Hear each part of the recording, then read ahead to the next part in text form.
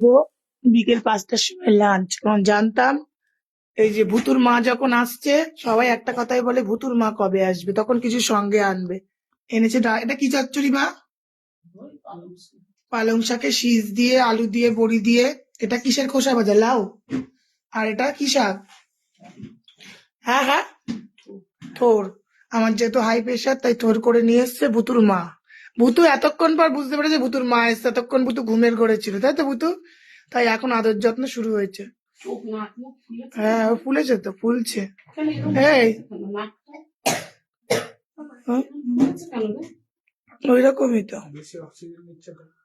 ওরে বাবা, ওরে বাবা রে। আজকে আবার কি ডে? আজকে কি ডে করে দাও, কি ডে করে দাও, কি ডে? কি ভ্যালেন?